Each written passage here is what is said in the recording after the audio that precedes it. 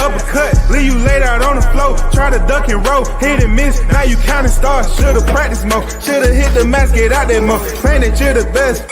You gotta show me, son. Actions over words, baby boy. Is you real or what? Talking way too much, world come.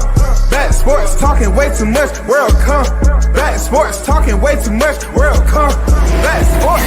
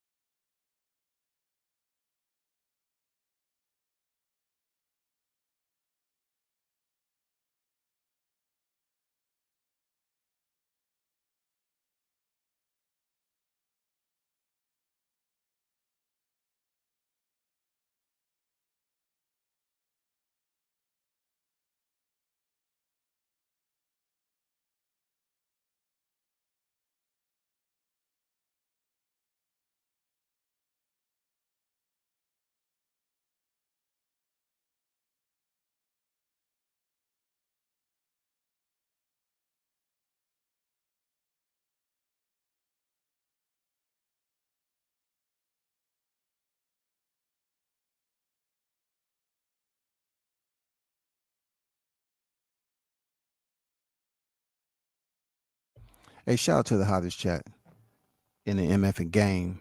A side official, no negotiation needed, period. You already know WCS back in the building. Yeah, had some situations I was dealing with, man. All the delays and stuff like that. Let's get right down to it. Stickum Boys Fishing and Sports in the building, man. I see you. What's popping? This would be a great fight for both if it happens. Yes, sir. We're going to talk about that. The queen herself has graced us with her presence. Jessica is back on deck in the building. Appreciate you. Arnold Brown on deck, man. Thanks for the dang veterans. Freaking shout out, my brother. Means a lot. You know what I'm saying? You can talk to people every day, but not everybody, one of them people say, hey, man, happy Veterans Day to you. They don't care. But the ones who do, I appreciate you. Real talk. Good looking out. Thanks for the $10 super chat on deck. He said, WCS, salute to you and the hottest MF and chat in the game, A-Side official. No doubt, brother. Appreciate you supporting the channel all the time, man. No doubt about it. Mike is in the building. What's good with it, bro?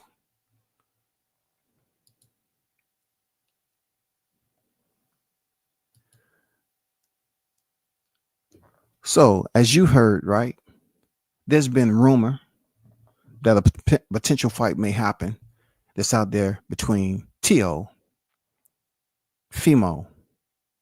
Lopez and Devin the Dream Haney. I don't know if any of this is official yet because we always getting puppetized by these boxers when it comes to breaking news, right? So just when we heard this information about Teofimo Lopez, Devin Haney potentially fighting, well, let me let you listen to this right quick. And you tell me what you think. Yes, of course that's the fight to make. Next year, I promise you guys that's gonna happen. That fight's gonna happen sometime in the summer next year, or close to the fall of next year. 2025 is an amazing year for the takeover for everybody. You guys don't want to miss it, man. We got a lot of great fights to come up. I'm hearing rumors, of course, about the negotiations of me and Devin Haney. Right now, sorry to say, guys, but this is all false accusations until further notice, guys. Teo versus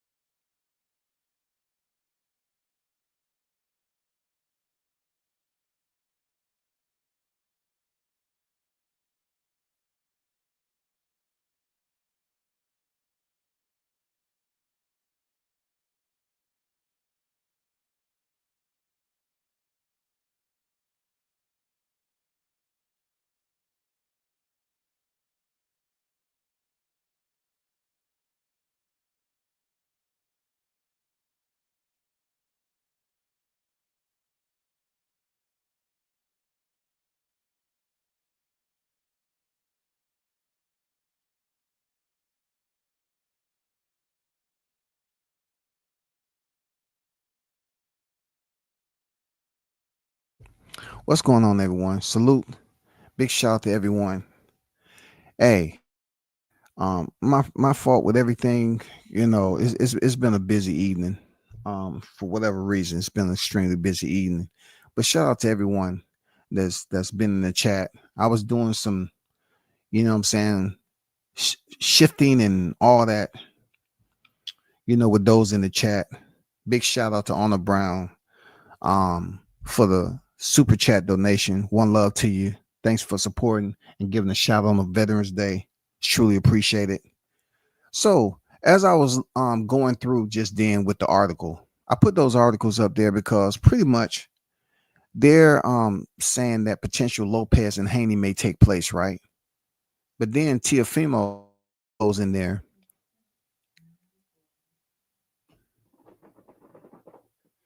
Teofimo goes in there and does a video and says that that's false accusations.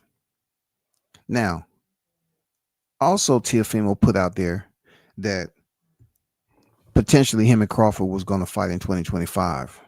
It was a point of time where I had some gripes about that. I was saying, well, if Crawford is not willing to fight Boots, Teofimo is no different. Why? Because the route and journey that Crawford was trying to take was to challenge Canelo to divisions, to extend his legacy, because he already established his legacy. You know what I'm saying? That has been anchored. That's etched in history. That's going to go down in the boxing annals. That's done, sir, done. Right? So if you look at now, all of a sudden, 154 is in limbo. Yes, we had the Tim Tszyu, and that fight right there was being juggled on who was going to be the winner. People assumed that Tszyu was going to be the winner, but he failed. He was knocked off the pedestal. A former WBO champion couldn't get it done against Bakram Murtazalayev, right? So now Murtazalayev is just sitting out there. He's not a big name, all because of what he did with Tim Tszyu, but he is a name enough because he has an IBF championship. But at the end of the day, when it comes to Teofimo Lopez attempting to try to move up 2 divisions, what does that say for us? Do we really want to see Crawford go in there with a smaller fighter? Because Teofimo moving up and trying to carry that 154-pound weight is going to be crucial. And then it's not like the consumers won't be attracted to it. Of course they're going to gravitate because it's been some disrespect. It's been some trash talking. It's been some verbal sparring, all that shit. So, it's some people that'll say, yeah, I go pay to see that fight between Crawford and Teofimo. Yeah, we want to see Teo get his ass whooped. But you're going to have some of the Teo fans. They're going to be out there like, man, Teo's on to something. Whenever he had his biggest fights, he performed. Let's use the Jerron Ennis narrative in that it's hard to get off. It's hard to get up for low tier competition. So that's probably why Teo's been performing the way he did against Sandor Martin, Jermaine Ortiz, Steve Claggett. He's going to really show us the old Teo when he steps in there with Crawford. With all that said, it sounds good. But Crawford goes in there and wipes Teo's nose. And then, and stomp on him in the process. They're not going to give him all the credit he deserved as if he fought Canelo Alvarez. It's just not going to happen. Yeah, the hype leading up to the fight, the trash talking, this, that, and the other, it's going to be cool. But then when it gets down to the fight and Crawford goes in there and step on Teo, it's going to be like, yeah, he took the fight and everything. He was just too small. It takes a bit more longer time to get acclimated to the division. He didn't take a tune-up fight. None of that shit. He just went up there. But look, we must continue to go back to people who did it before. You know what I'm saying? Adrian Broner did it. He skipped over 140, went straight to 47. He did it. He went up there and earned the title. It's not like it's impossible. Mikey Garcia did it. People always get confused that Mikey Garcia went from 40 to 47. No, he went from 35 to 47. It's not impossible to go 2 divisions and fight. But it all depends on the name Who's moving up to face the whoever it is at that division? And then, the type of legacy that they have. That's the bigger part.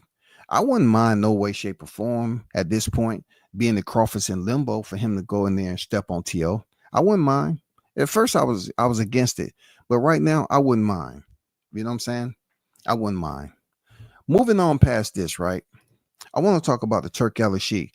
A lot of people feeling some type of way about Turki Al-Sheikh purchasing Ring. If you go to Ring magazine.com, it's no longer up there. It says coming soon. It's gone. As we know it, y'all, Ring is gone. No longer are we going to have conversations about Ring pound for pound. That's gone until Turki Al-Sheikh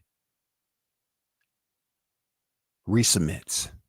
His people give you the new list. Oh my God. Can you imagine if they had complaints and criticism before?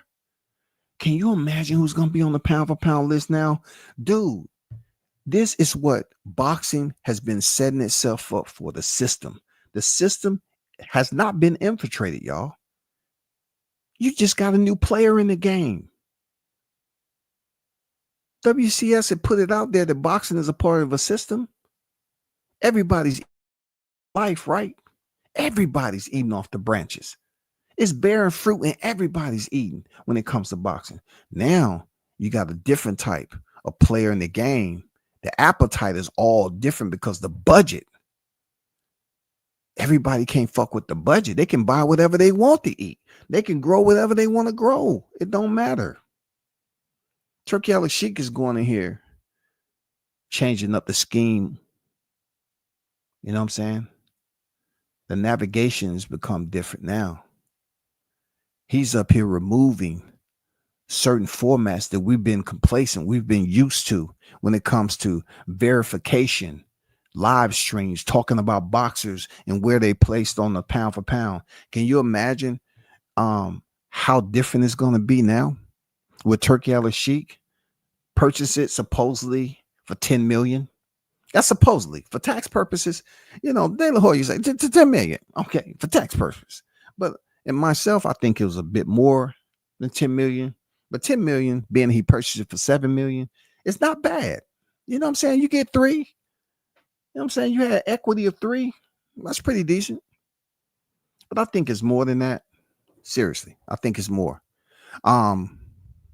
But as we know it, Turki Al-Sheikh is absolutely changing the format for which we have been used to for so many years.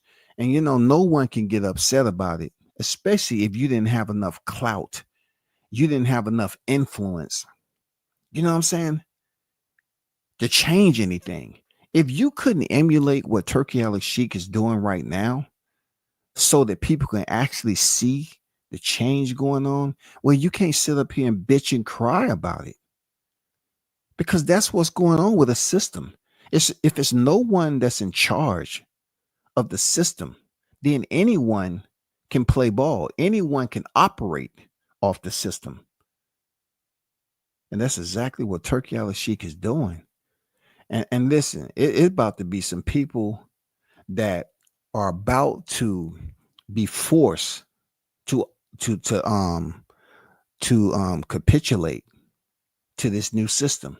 You have no other means except to surrender with this new format. Just like when we go to BoxRec and those champions that was WBA, you're not able to visibly see that information. You're not able to retrieve the data anymore off BoxRec. Things are changing. All this typing in and shit and all this collecting data, all that shit is changing. The filter is different. You know what I'm saying? We have different ownership. Yes, we're going to get somewhat similar information pertaining to boxing, but will it be any more biased than what it was before? We still have the BWAA out here and all that shit. We still have BoxRec. I mean, we still have boxing scene. You know, we have certain points of reference, but we really love the ring. It's certain areas that we just can go use as our go-to default, just like your browsers. You know, you had the references that you could just go to. Man, Turkey Al-Sheikh is just he's basically making a stamp, man. His footprints are obvious right now. Those footprints Turkey Al-Sheikh is leaving in the sand, them motherfuckers turning to cement quick. He's changing boxing as we know it. And people are feeling some type of way, y'all. Just think about it. We had years on top of years, decades on top of decades for changes to happen in boxing so they can flow as smoothly as they are now. Now the change is upon us, just like a tsunami. Now people are saying, "Oh, Turkey Al-Sheikh, he's taking over boxing. He's doing too much, and the fights is all about, look at the fighters that's losing over there. He's setting them up for failure." No, you say you want the best to contend versus one another. Some of the big names have fought on Riyadh season, and they have been a part of a loss or a part of a knockout or whatever the case. But the fights are being made. The fights are being made. Now, what do you want? You don't want him to start putting on fights that benefit him? Man, those guys over there operate and play by different rules. And then when you have these individuals who are not respecting the type of assets and the budget that exists from Saudi, they're going to be on this side hating, all because they don't like the changes that's going on. The very same changes they've been fucking complaining about for years. The best don't fight the best. The best. They've been saying the same thing so long. They talking with a lisp. The best. I've been read this for a long time. I sound like they got Down syndrome. This is not. This is just over the top. It's just over the top of that turkey out of steak. They tripping. But you've been complaining about the best fighters ain't fighting the best, and now Turk is definitely gonna make the motherfucking fights happen. When you have all the primary players in affiliation with Riyadh season, y'all might as well just sit back and relax. Times has changed. You better sit your ass down. You better grab a cold beverage. Turn on that window fan that you still got in that motherfucker and wipe some of the dust off of it. You better grab that bubble back TV. Yeah, take that motherfucker off the attic. Plug it up. You better go back to the way it used to be. So you can kind of do a purge. You know what I'm saying? Do a server wipe. Because what you knew of boxing back then, it's under new authority.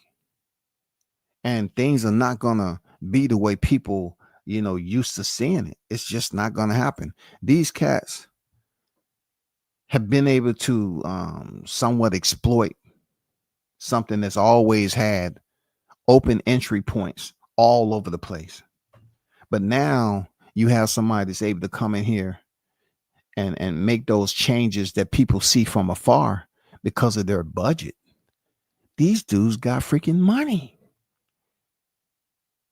And the audacity for some of you cats to be over here talking about they losing money. Do you understand the magnitude of this tsunami that have hit the shore? Look, y'all over here talking about Riyadh season is losing money. But they're constantly making changes. They're constantly switching everything up. They're losing money.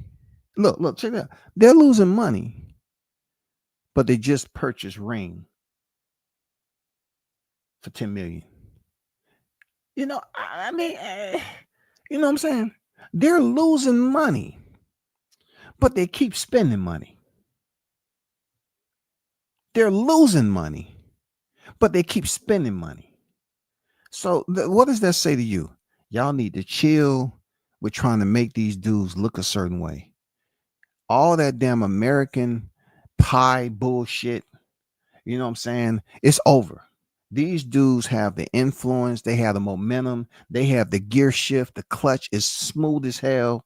You know what I'm saying? They putting the right power to the rear. They got them spraying if they want to. They got the turbo. Man, they got everything they need, bro. And can't nobody fuck with them. Who's fucking with them? Everybody's working with them. Nobody can fuck with these dudes to shut them down. Look, if you got a problem with the sheiks, right? It's only gonna be a problem, just like poison ivy. You got a problem, you feel it's itching a little bit. You put some calamine lotion on that motherfucker. It ain't shit else you can do. You can't go out here and get rid of every poison ivy leaf that's back there. I mean, the change the way it is over. All the usual, shit that we're used to, how we've been, we've gotten so comfortable with seeing the same stuff in boxing. Now it's going to change. That's why I've been telling you all about this Canelo shit. Canelo is the last of its kind. Why? Because you're going to have a different type of controlling authority. You know what I'm saying? You're not going to have individuals just up here just being thrown crazy money just because you have a new hitter in the game. They're going to have to fucking earn it. And just think about it, right? How many fighters do you know that Turki Al-Sheikh has provided a 19 plus million sponsorship prior to Naoya in a way? How many? None, right? So that just goes to show you it's different. It's different moves that's happening right there. And y'all cannot go complain. Y'all can't sit up here and complain about it because it's nobody to complain to. Boxing never had an HR department. So if you look at it right now, it's nobody for you to complain and say, well, why are they up there treating him? Most of his fights been in Japan. Why would they be catering to the Japanese? They do what the fuck they want.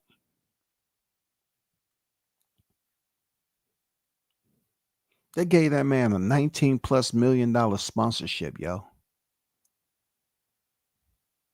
Huh?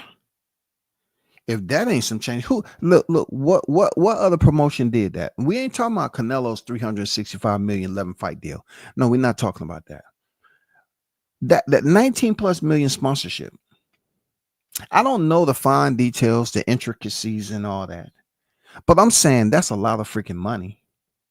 That's good shit. I was trying to put it out there like I was saying, hey, American fighters, you need to get on board with freaking trying to put yourself in a position to be on the roster of the next money makers, because the old guard is surely transitioning out of the sport. So we need the next group of fighters that's going to be the top hitters monetarily, a tank to really step up. And with that, look, even fighters like Tank, they're going to have to take in consideration when you have an entity like Riyadh season. It may not be all about you going to get knockouts. Now it may be considerably the favoritism, that is shown by these individuals so they can get the money fights. Like, just think about it. Nobody talks about this, but the heavyweights, they got paid crazy for the first undisputed, right? But nobody's talking about that.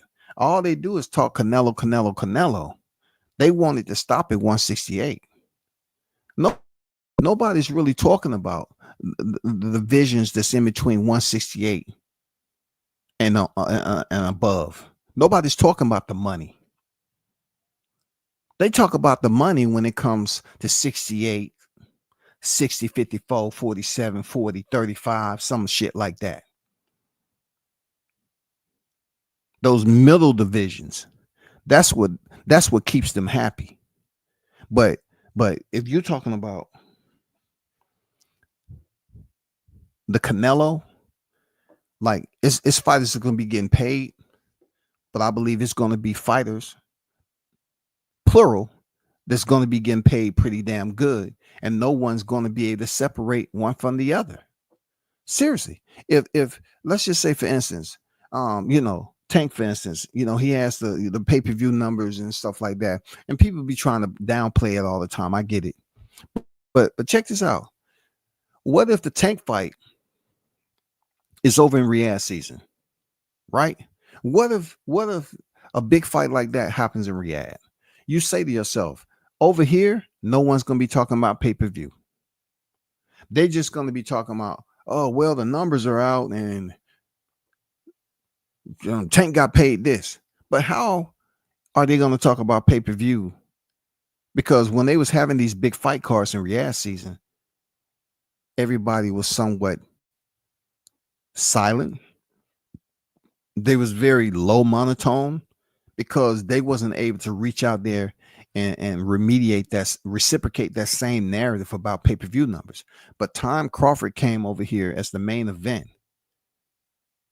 American media try to revisit the same fucking dried up, stale, banal narrative and say, Crawford didn't do nothing but 10K. The stadium wasn't really that packed. They try to go back to talking about pay-per-view. The solid part about this transition too is that I'm pretty sure Turki Al-Sheikh is going to be throwing more cars over here in the U.S. And the beautiful part about what I'm seeing is that I think this is just my assumption, is that Turki Al-Sheikh, the budget and everything, and the money that he's willing to spend to have certain people on deck, like the UFC do all the time. The UFC bring their freaking fighters and put them in there. Now, granted, in this example that I'm making, we're gonna leave the mixed martial arts out the way, and we're gonna get back to the boxing for this example. For what might happen, and Turki Al-Sheikh, with the money he's spending with bringing big name celebrities to these fights, it may get back to the way it used to be. Seeing the celebrities on the front side of the lens, bro. You know what I'm saying? The gentleman's sport, where you see people came out, just like they was panning the area in LA when Crawford fought Madrimov. Like, it was a lot of big names. I said, oh shit. But as we've been seeing it for years and years, it's just been the same camera angle, and you got to look through the ropes to see who's there. And then a pause in the action, a fight end early, then they'll go. But it wasn't really star-studded. I think what Turki Al-Sheikh is willing to do is get that back. You know what I'm saying? Coming out the pocket, enticing these faces to come back and sit on the first 3-4 rows. You know what I'm saying? Really get people tuned back into boxing, because he has the finances to make it happen.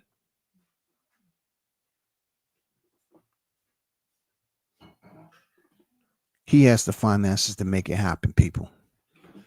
You might see boxing go back to the gentleman's sport, where you see people there with their women, where you see high-profile celebrities. Because if celebrity don't have to pay to go to a fight like that, and they get put on the VIP list, and Turki Al-Sheikh is over here shelling out the money, well, don't be mad if you're not invited, if you're not a part of that circle. That's what it's about to be. You remember back in the day, like when you watch games and you seen Jack Nicholson, right? You seen some of these familiar faces that's on the sideline. I think that's what's about to happen, in boxing again. Because Turki Al-Sheikh is going to somehow put it in the budget to freaking put those faces right there for the camera and everything else. And it's going to have people like, oh man, there goes so-and-so. I haven't seen him in a while. Turki Al-Sheikh, it may goddamn send them freaking the Rovers. You know what I'm saying? He might send the Rovers out there and find these celebrities that haven't been a part of boxing and he make them a part of boxing to get the outside, to draw in more consumers, as if the change of boxing is real. Right now, he's still, he's progressing, he's making changes. You see it, you see little parts coming together. You know what I'm saying? And it's looking good, especially when the camera's rolling. Especially when the camera's rolling. Blue Hustle in the building. I see you. What's good? What's good with you, bro?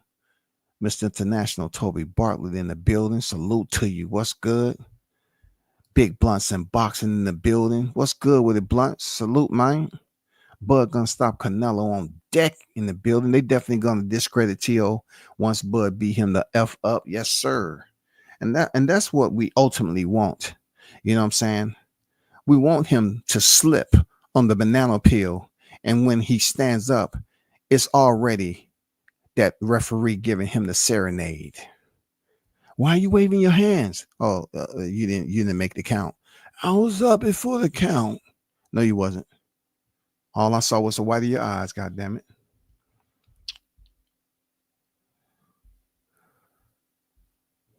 Salute to Zorro on deck. What's good? What's good? But I think that's what's going to happen with Turki Al-Sheikh in this process. I think he's going to start bringing in the star power. You know what I'm saying? The high profile celebs the way it used to be. You know what I'm saying? When you're looking at these boxers, I mean these boxing matches, these high profile people sitting there, and you're like, God damn, I just can't wait to see what's next with Riyadh season. Over here in the States. I can't wait. I want to see who's gonna be sitting on the front row. I want, you remember when you used to see couples that was dating? They used to be out there say, "Oh man, so and so at the boxing match with so and so." You don't see that no more. You don't see it, bro. You don't see it. Real talk. But y'all might as well get used to the changes.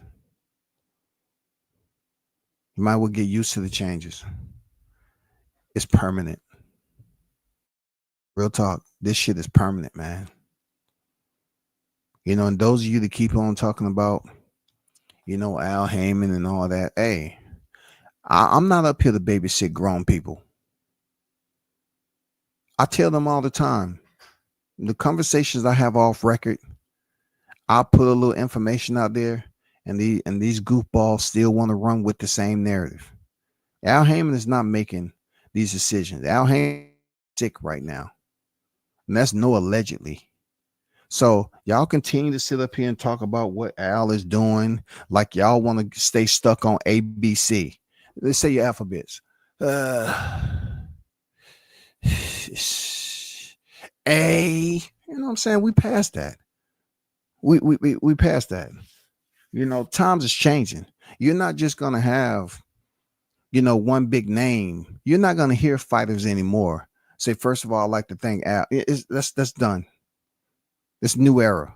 You think the Sheik is sitting up here, trying to send carrier pigeons, some of Mike Tyson's carrier pigeons over there to Al Heyman and say, hey, watch out for my birds. They coming over there with some messages and some prepaid cards so you can go out there and get some of that good soup. So you load up on carbs. Free espressos. No, he's not. That's not his job. Hold on for a second, y'all.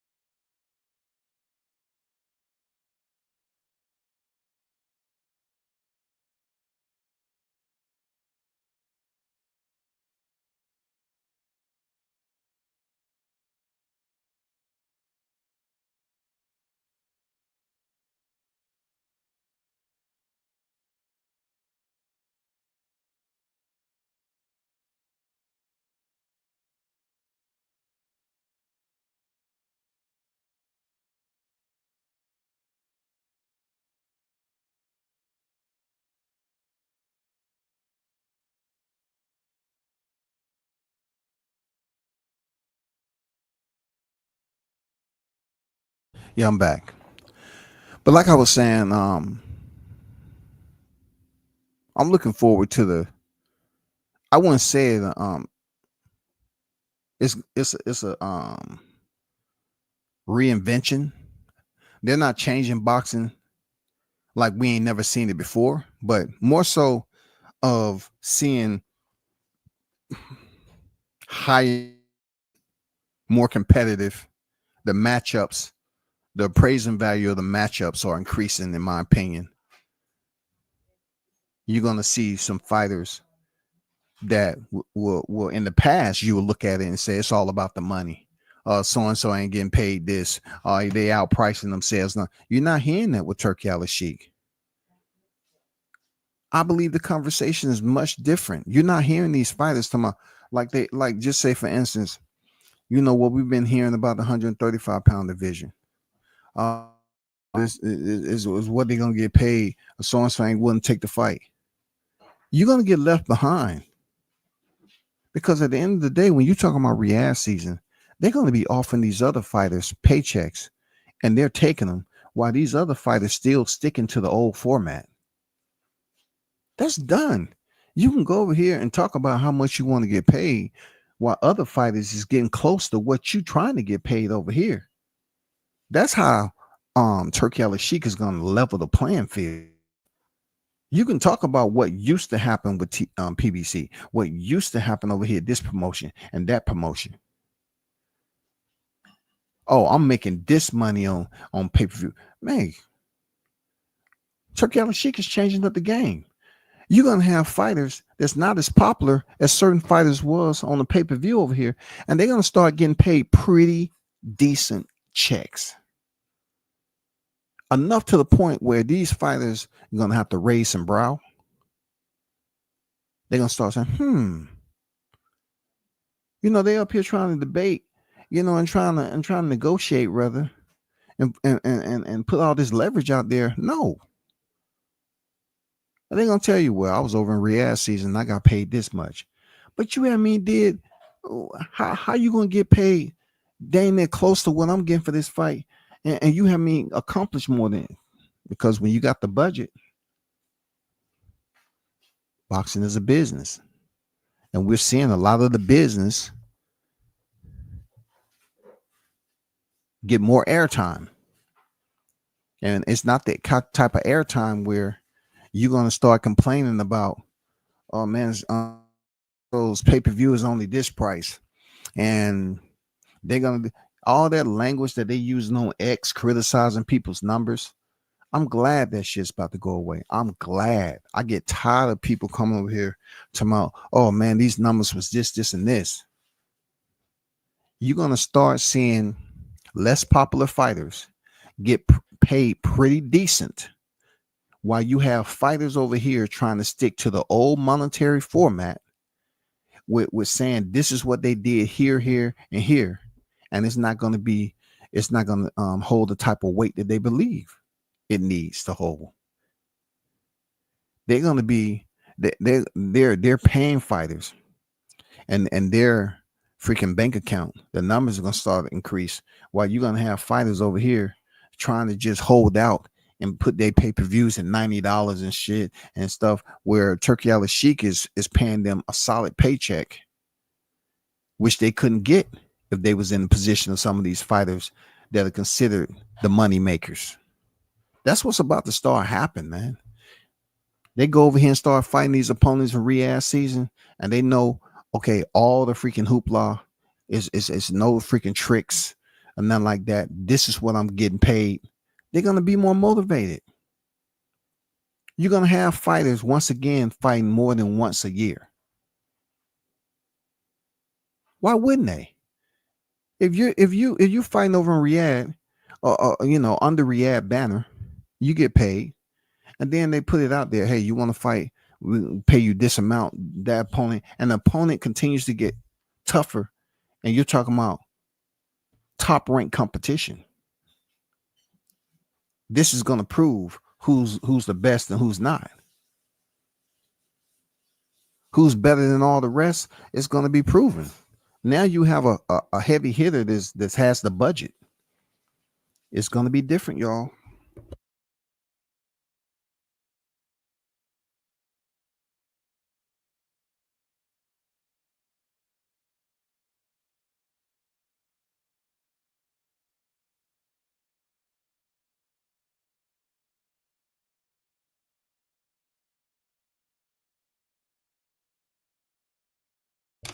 Now, transitioning over to Ennis feels the wrath. Ennis has been feeling the wrath of his freaking performance. Now, if that was any other fighter, right, you'll say to yourself, they end up earning the victory. No doubt about it. They earned the victory. But in this case, we're talking about fighters who we have placed on a different level of expectation. When the fight fans have expectations of one of their favorite fighters, the demands continue to increase. When your name is on the docket to face your next fight, whoever that opponent is, right now, the boredom of boxing, they're being very, they're getting very agitated. They're like, they're not settling for the little basic shit, especially if you fought one of those fighters before, as in the case of Jaron Ennis. You fought a name that really didn't play out to the best interest of the fight fans. People wasn't laughing, in a good way, saying, "Oh man, that dude can't be fucked with right there. That's Jaron Boots Ennis. That dude is one of a kind." People weren't saying that. But look, to Ennis' credit, he didn't look terrible in this fight with Chukagian. It's just the fact that he was supposed to perform to a level of him saying he hasn't been having fun. He's gonna have fun, and everything's lined up right. He's gonna go in there in and out like a robbery, and it just didn't add up. He got the win convincingly, but the expectations with 33. That was your 33rd professional fight.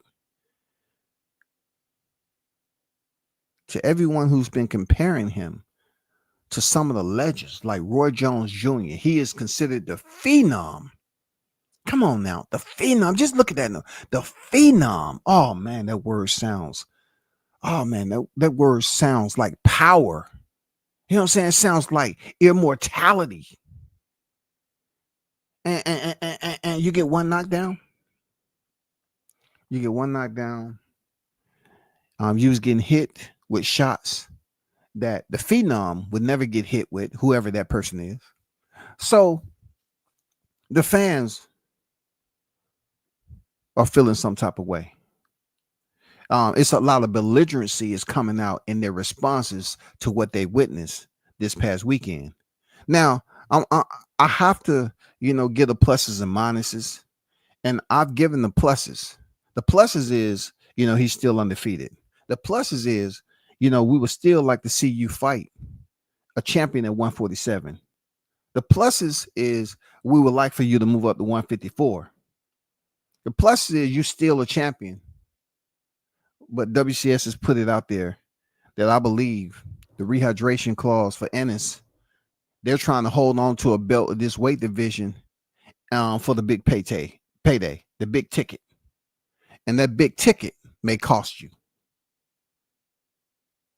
If you try to hold residence at 147 and you try to extend that, knowing goddamn well that rehydration clause is playing with you a little bit, it's fucking with your cardio, because they say you said yourself you was in that 3 times a day. You're a gym rat, blah, blah, blah, blah, blah. We heard that.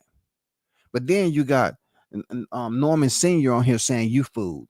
F-O-O-O-O-O-E-O.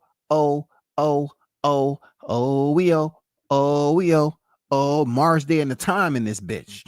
Oh, you fool. He's saying you fool. Did we ever think that we would hear somebody say that Jaron Ennis is food? Now, of course, that has to be proven if he's on the plate as an appetizer or entree. Sometimes being called a food is not a bad thing. But in this case, he's trying to say you're an hors d'oeuvre. You are an hors d'oeuvre, dear Ennis. Hors d'oeuvre. You are being served before the entree, goddammit. You have to feel some type of way about that, big dog. Ennis has to feel some type of way about the criticism that's being received. Now, Greg Hackett made good points. I like his breakdown. You know what I'm saying? He doesn't get over freaking theatrical about his shit. I mean, he'll just tell you, bro. I always, put it out there. Like, that's why I act the way I act. I don't get up for everybody's energy. You get niggas to get mad because you're not emotional on the same level, the same pitch as them. But he breaks down shit really good when it comes down. He puts a little humor to it and so forth. He was over there in the camp. But I know he's hearing the criticism because he said that Norman Sr. was out of pocket.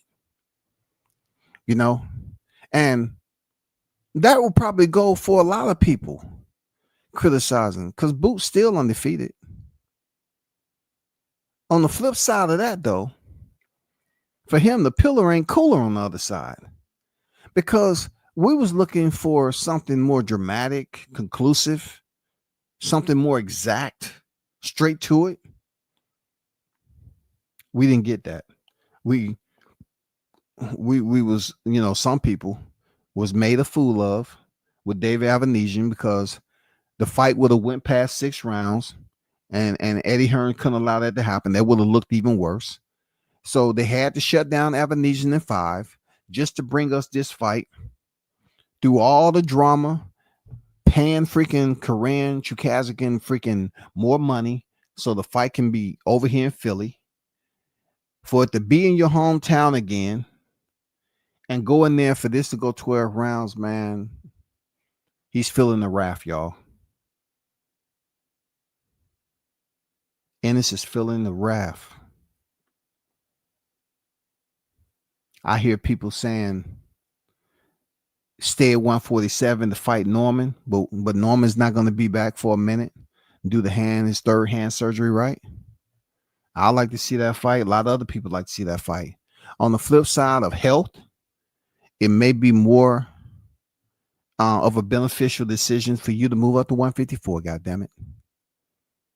Move up to 154 and take on the name up there at a weight, less weight cut, and make a decision on whether you want to stay in the IBF. It won't be the same. You know what I'm saying? If he moves up to 154 with that rehydration, because obviously he has less weight to cut. But his cardio is not where it needs to be. And I've been saying this for a while about his cardio, and people's like, oh man, you tripping. I say, bro, don't have cardio like that, man. I mean, Ennis, he don't have cardio like that. He should be able to go in there and keep on and keep on and keep on running that gas through them cylinders. Just goddamn old school with the motherfucking blower out the hood, the old carbureted, not the fuel injection, old carbureted. When you hear that motherfucking coming down the street, he's supposed to be running up on motherfuckers like that. He's the phenom. He's the phenom, yo. But he's saying, yeah, probably going to 54 now. I'm 27 years of age. I was like, what the fuck am I listening to? What did you? Son, go in there and get my belt. I'm about to goddamn 27-year-old, you need a whooping. Jerron Ennis need a whooping. You said, hey, I'm going up, I guess going 154 because I went in and out like a robbery, but I'm 27. 27? I kind of felt bad for the brother because I'm like, it's all coming out now. The criticism from people who saying I was talking about the brother as if he was dumb. No, you heard it right there. So you can't say that WCS is just saying it to be saying. You heard it for yourself right there. Dude said, I'm 27 years old. This dude is talking as if he's 37 years of age. I've been in the game for a long time, man. And, I've just been in there with some some big names, and took some real good hits too. I still remember some of those hits, man. Korean Chudik. Oh man, the 2 fights that we had, man. Whew, we went 12 hard rounds, 2 fights. That changed me a little bit. I was 27 years old, but after that fight, I felt like I was 37 years old. In boxing years, he really took it to me. A lot of people don't know. He hit hard. Chukazakin hit hard. Man, come on, bro. Come on, man. I'm rooting for Boots to revive himself. He's not on life support yet. But you have motherfuckers on standby with them defibrillators. For real. It's only a matter of time. Look, I don't seem like I was talking shit now, huh? When you hear somebody ask the question by Ariel Hawani, how long will how long do you think it'll take for us to see Jerome Bruce Ennis on top pound for pound? Yeah, like I say, like 1 or 2 fights.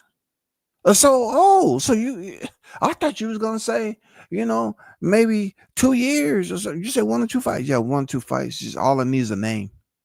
Huh?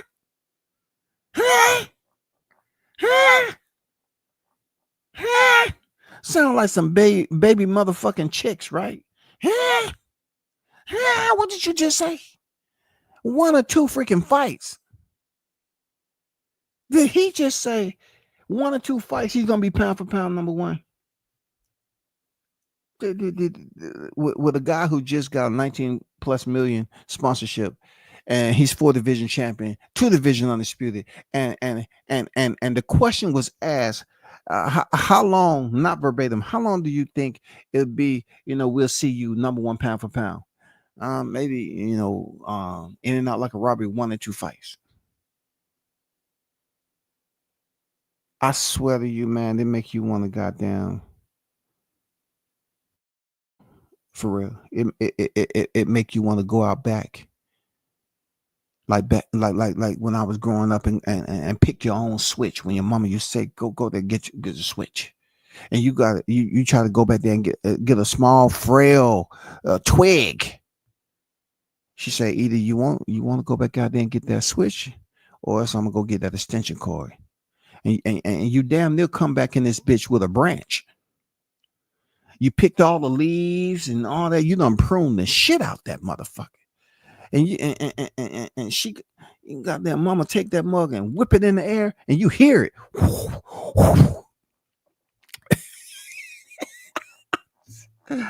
I'm just saying, dog. I'm just saying, man. This shit is getting crazy, dog. Like, man, come on, man. What's going on, man? Dude need a whooping, bro. For real, Jerome, you need a 27-year-old ass whooping, man, with a switch. You get on here saying some shit that you need to be placed on punishment, man. For real, you shouldn't even be allowed to come in and spar when you get on the air and be asked, when you think we'll see you pound for pound number 1. You say 1 or 2 fights. All we need is a name. You need a whooping for that, dog. With a switch. For real. A good switch. Somebody need to goddamn whoop Jerron Ennis outside the gym, running up and down the motherfucking street. Like it used to be. Because some of the shit he be saying in and out like a robbery, and it's time to have fun. I'm gonna do what I want to do. I'm going there. It's gonna be easy work. They ain't gonna change up the game plan. They ain't gonna change up anything. They're gonna be doing the same. And sure enough, time that bell. Korean is right there in the pocket. He ain't running this. Second round, same thing. Oh shit. Third round, same thing. I wonder when Korean is gonna goddamn get on his bicycle. They say he was gonna have the same game plan. He ain't gonna switch up shit. People, why would you put your opinions on what you believe your fighter isn't going to do prior to the fight and make it seem like that you didn't properly prepare for this fight. And when that fighter isn't running around and you're still having problems, now that that fighter has selected to get in fight camp to defeat you, and they said, I'm going to stand my ground, God damn it. What are you going to do? That's all. What are you going to do, bro? That's all I'm saying. What are you going to do? This shit didn't make no sense. But y'all seen it for yourself. Y'all seen it. I think the brother should move up to 154 and start a new freaking chapter in his boxing career. Real talk. I mean, he has fans out there that believe in him. He just needs to start a new chapter in his life. If him and his team believes, you know what I'm saying, just believes that he's good at 147, Jaron Ennis needs to believe, based off how he feels in the ring, that he's good to stay at 147. If his team believes he should move to 154 and leave this division alone, because health-wise, you're going to end up dropping your belt on the scale, bro, because you can't make weight, or you're going to make weight and you're going to take a bad loss. And then you're going to reactively make the decision to move to 154. And it's not going to hit the same. You need to make that debut on there saying, "Oh man, Jaron Ennis." Now you're gonna get the twilight twinkles. You know what I'm saying? How that motherfucking stars be flickering at night. Now that's how you're gonna, make your presence known at 154. You made a conscious decision to vacate the belt and move up to 154 instead of talking about it. But it just seems like y'all been waiting to get that championship belt this long. Look, I know people, including myself, have criticized you for how you got it, but you've defended it. So now that you defended it, it's time to get the hell on to 154. It's time to turn over a new chapter and show the people, if you truly are the phenom, show them what you're like now that you don't have to cut down to 147.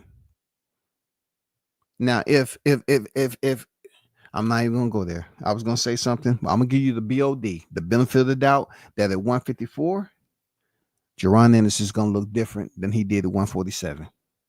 And all those kind words that Norman Sr. was talking about, and you can prove him wrong. Because when somebody say you are hors d'oeuvres, you're food, finger food, you know what I'm saying? That's disrespectful. That's just disrespectful, especially in the holidays. You know what I'm saying? You don't want nobody coming up, because people about to start cooking real quick in about a week and a half or two, right? They don't want them to be over there Thanksgiving and say, "Hey, I just made some boot herbs, some Ennis derbs over here. The food gonna be, ready a little bit later, but until then, y'all just snack on these Ennises right here, these Ennis herbs." You don't want motherfuckers coming up with nicknames for hors d'oeuvres they serving at the Thanksgiving. You don't want that shit going on down anywhere, bro.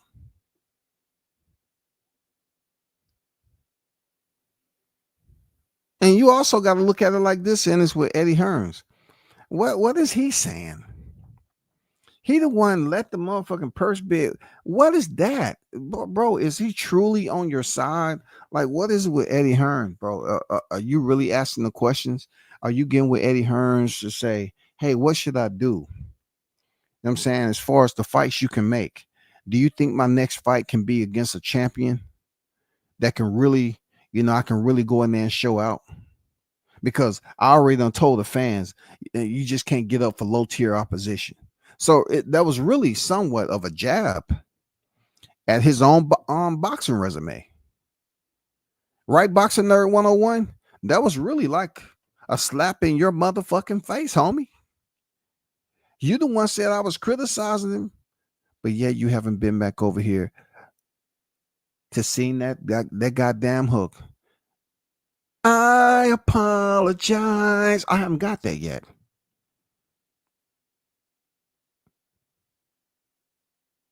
haven't got that apology yet, because for what I heard, you had mentioned something like, oh, he was overrated or something. But when you front somebody out on somebody else's panel with rhetoric, but yet you see it for yourself and you say, damn, it wasn't rhetoric he was speaking on. You return back over to the chat and you say, WCS, okay, I respect that. I apologize because I felt some type of way that you was hating on Ennis. And now that we seen him go 12 rounds with Corinne again, somebody who he, say going to be in and out like a raw, he going to have fun and all the mumble. You owe me an apology, buddy. ASAP. ASAP, goddammit.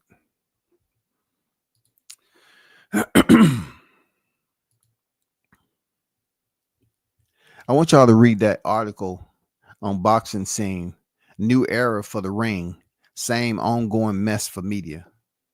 You know what I'm saying? I'm not gonna dive into that. I got better things to do.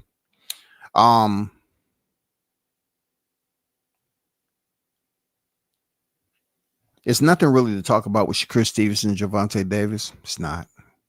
And nothing ain't gonna happen between Keyshawn Davis and Gervonta Davis. People talking about two Davises and all that because it sounds good. It's much more deeper than two Davises. You know what I'm saying? It's much more deeper than that. Seriously. And this WCS really haven't talked about Mike Tyson and Jake Paul. I just can't get in to talk about something with no drug testing. It's the reason why Jake Paul wears a beard, because he has that Jay Leno special, that genetic beast of a chin. You know what I'm saying? Mike Tyson, you have a chin like no other right in front of you. I mean, Jake Paul's chin is damn near like the size of Zhang's freaking head. It's right there. He wears a beard to cover it up. We all know when you have that.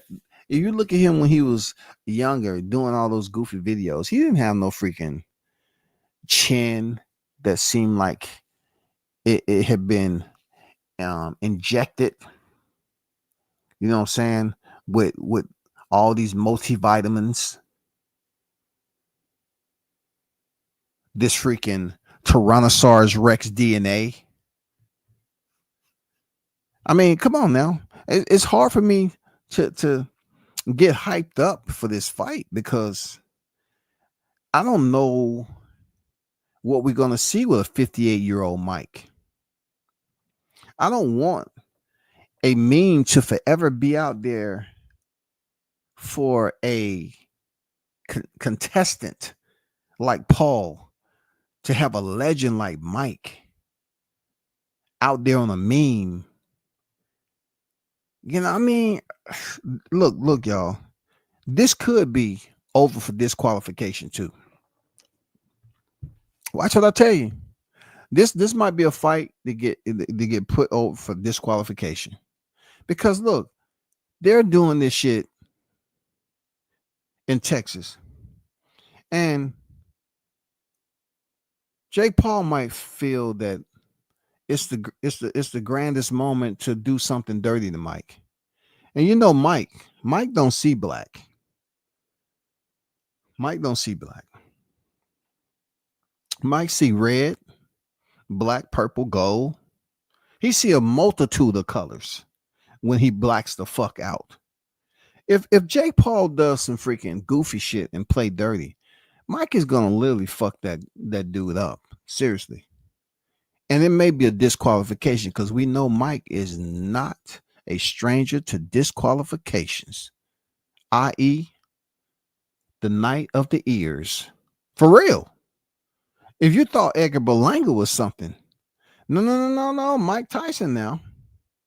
Mike Tyson has been on record for dislodging cartilage from a professional fighter and spitting it out into the canvas. That's what you call having ears to the ground. I'm serious. No disrespect there, Evander. But Mike Tyson is no stranger to freaking DQs and disqualifications. What if Mike was the why don't you do that, Mike? What they gonna do with you? They ain't gonna fuck you over. Man, bite that motherfucking ear off, dog. Show him that, man, this boxing ain't no motherfucking joke. I don't know if he got jaw strength like he did, but man, if Jay Paul do some dirty shit, man, Mike, he might take it to a whole nother level. And we might see a DQ. You know, Mike can get dirty with the best of them. Mike can get dirty with the best of them, yo. It's not enough information that I'm willing to recall to talk about this fight because, you know, I haven't heard anything from VADA.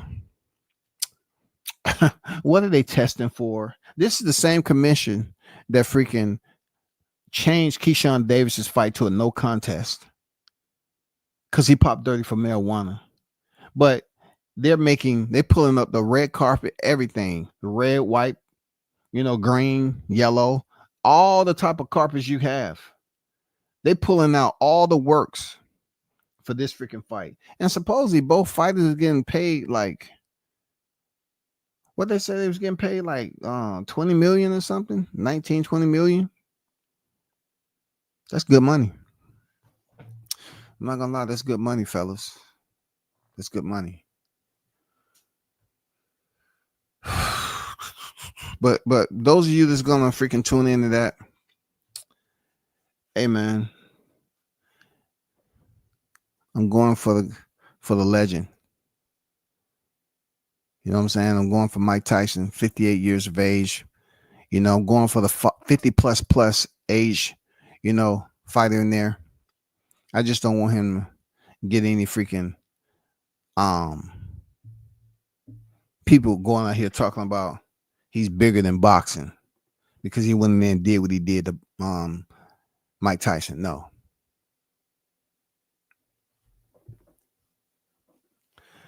But that's about all I got, people. You know what I'm saying?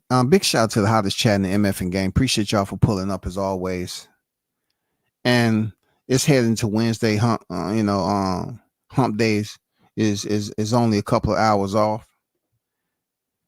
Hopefully everybody's enjoying their week. Once again, big shout out to the ones who, you know, show love for Veterans Day. I truly appreciate it. You know, it was a time and a place where I can laugh at it now, but y'all just don't know what was going on in my mind when I took this picture, you know, being at my first duty station. My first duty station, y'all. Look at that shit. Look how much gap I have in the sleeves. You know what I'm saying? That's being on a diet when you had no other choice but to be on a diet. Okay? I just wanted to put that up there. Y'all hold it down. Continue to support the channel. I appreciate it. I'm out.